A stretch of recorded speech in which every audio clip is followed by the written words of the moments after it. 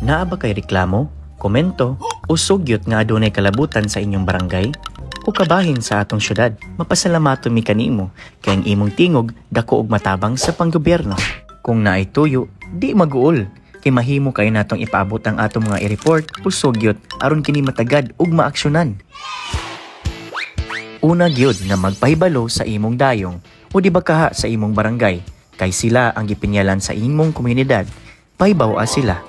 Kung mahitabo nga nakapahibaw na sa imong barangay, apan wala pa natagad ang imong tuyo tungod maglisod ang barangay og aksyon, pangayo og sertipikasyon gikan nila sa ilang pag-aksyon. Kung maglisod og sulbad ang barangay, dalha ang sertipikasyon isip pangandam sa sunod nga pamaagi. Ang wala na aksyon nga katuyuan sa komunidad kay mahimo nimong ipadangat sa bisan asa nga mga pamaagi. Una, pwede ka mo chat o mo send og direct message sa Danao City Government Facebook page. Ikaduha, kung teki ka, pwede sad online o iscan ang QR code o idetalye sa virtual form ang imong reklamo.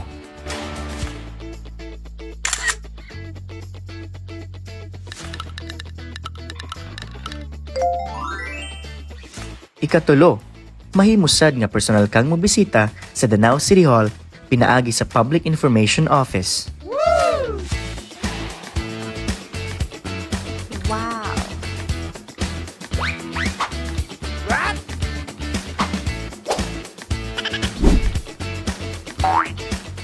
Ikaapat, pwede kayong mutawag sa Public Information Office pinaagi ni ini mga phone numbers nga naa sa inyong screen.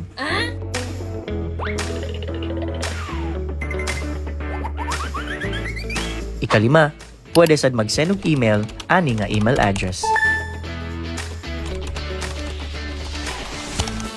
Kung musuroy sa City Hall, mahimo kang musulat aron ihulog sa drop boxes ang imong suwat. Daghan ta og drop boxes sa opisina. Og kumpidensyal gyud kini.